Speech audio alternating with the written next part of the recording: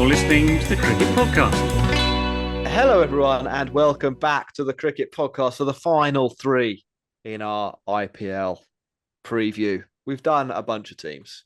If you want to know in what order, go back and watch the videos or go back and listen to this podcast because I can't bloody remember. We've been doing it for 2 hours now. 2.5 hours. I'm enjoying it, though. This is my favourite show of the year.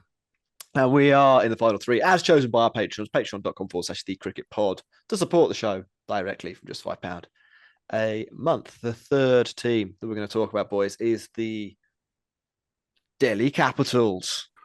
Pause for effect. Yeah, no, that's good. I think a lot to say about these boys.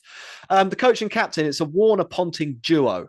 Now, that, I think, is a combination that would strike fear into the heart of many diehard England fans. It's like, do you remember, it's 20 years since the Iraq War. Do you remember George Bush back then, the axis of evil, talking about Saddam Hussein and Kim Jong-il? This is England fans, Saddam Hussein and Kim Jong-il. That's what I reckon. They play in a blue kit. They play in a blue kit. And their spirit animal is the monkey. Now, not just any monkey, boys. It's Monkey Man. Again, cast your mind back a couple of decades to the build-up, to near the build-up for the Iraq War. A terrifying creature stalked the streets of Delhi, spreading terror and attacking citizens. More than 20 citizens over 5 nights. There were people out on the streets with sabres, looking out for this thing, trying to provide protection. As it struck between midnight and 4 a.m., really terrifying. Do you want the eyewitness account of what it looked like? Do I? Yeah, you do. Right, this is what it says from the police. Eyewitness accounts were often inconsistent, which is surprising, isn't it? But tended to describe the creature as about 4 feet, 120 centimeters tall, covered in thick black hair, with a metal helmet, metal claws, glowing red eyes, and 3 buttons on its chest. Okay. Wow.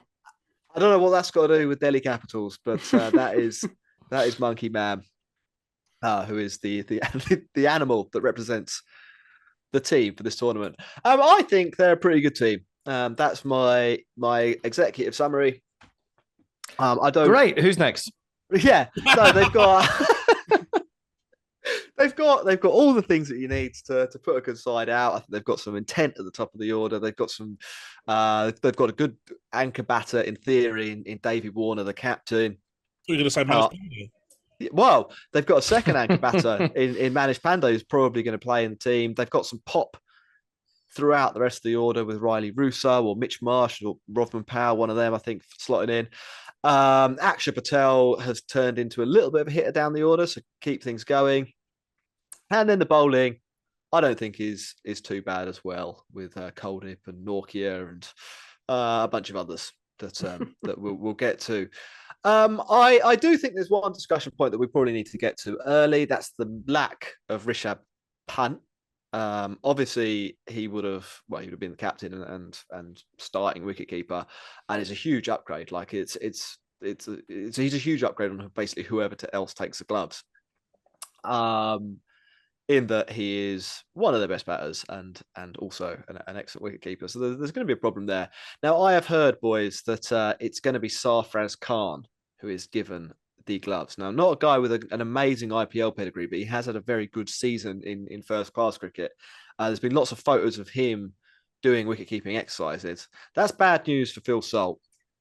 And I want to hear, let's go with Max. You can go first on this one. Do you think that the Patreons have underestimated the impact that Rishabh Pant being missing will have on this team? I don't think they have, because I'm still not 100% sold on Rishabh Pant in T20 cricket. Oh, he had a great year last year. Yeah, but it's just it just takes, sometimes he just goes through patches, doesn't he, where he actually ends up taking quite a lot of time to do anything. And I think, there's a chance that Sarfraz Khan, in the sort of the form that he's been in domestic cricket, in the first round cricket, he could come in and do a really good job. There'll be a miss with the gloves for sure. That's a different point. But batting wise, there's a chance he comes in and is a more than adequate replacement. I mean, people were clamoring for him to play at the end of last season, and he didn't really get much of a go. And I think it'll be really exciting to see him play. And I think they've got enough in the rest of the side going on that they can make up for what they might be missing in Rishabh Pant. I've realised as well, I'm just want to correct myself, that I said Lucknow didn't make the playoffs last year when they did. It's Delhi that didn't make the playoffs, and I read the wrong note. And I don't want to get hammered for that, so I'm going to say that now. It's too late. You've already been hammered. They're already in the comments. Yeah, it's a different video, isn't it? But that's that correction is now on record. So I don't know. I guess you're all wrong. I wonder the other thing, the other potential weakness I've got on the Delhi side. No, I think they are pretty good. I do think they're good, and I think there's ways that they can adapt the team to make it even better in certain conditions as well. I do wonder, Dan, whether they'd have any concerns that after Prithvi Shaw they could potentially slump in terms of scoring rate until maybe a little bit of firepower arrives with Powell down the order.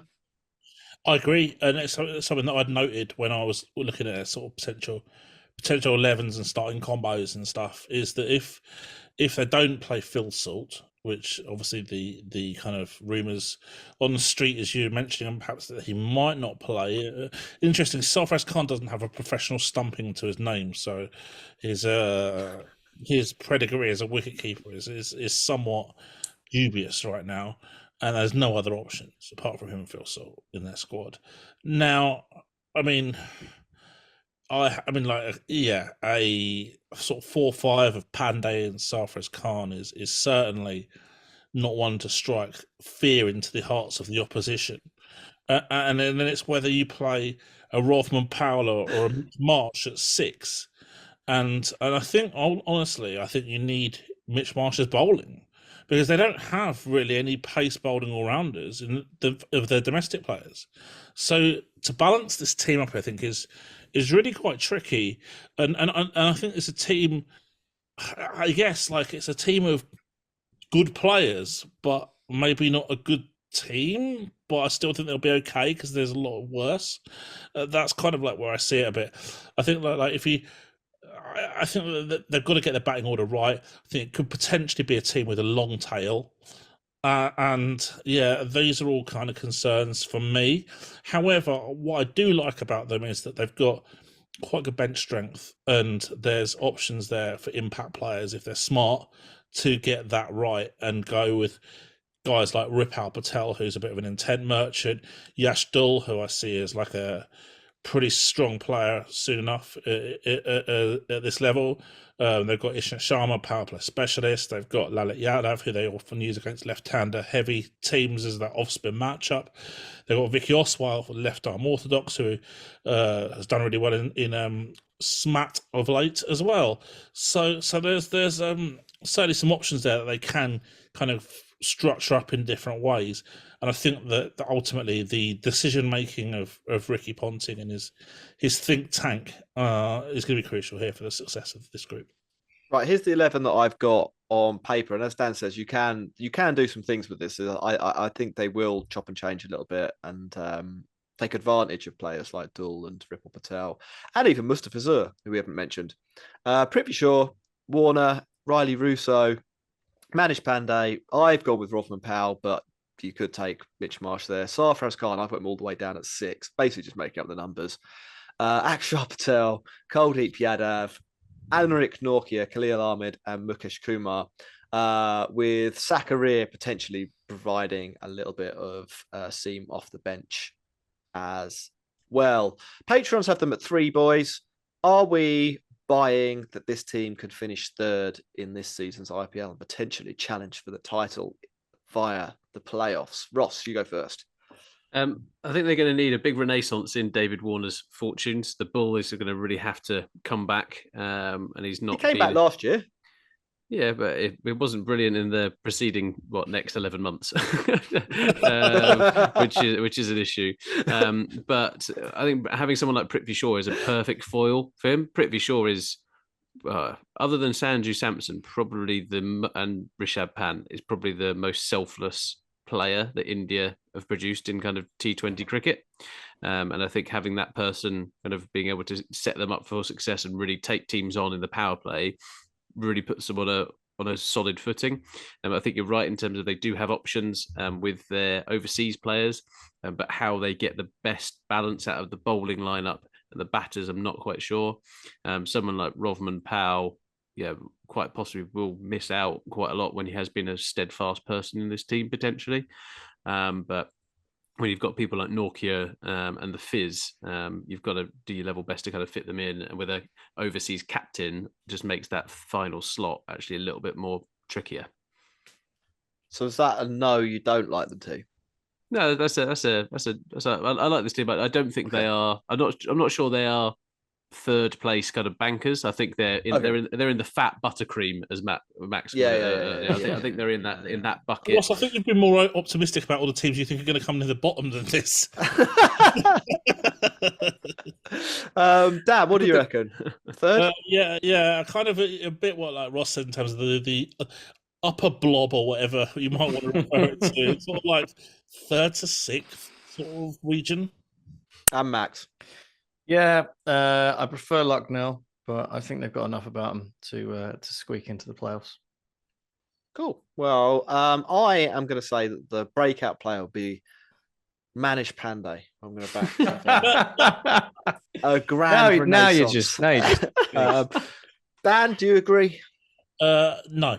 Probably go Ripple Patel. I'm going to go with Ripple Patel. Yeah.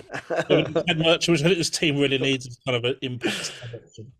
Cool. Right, another quick break, and then we're on to the final two. You're listening to the Cricket Podcast.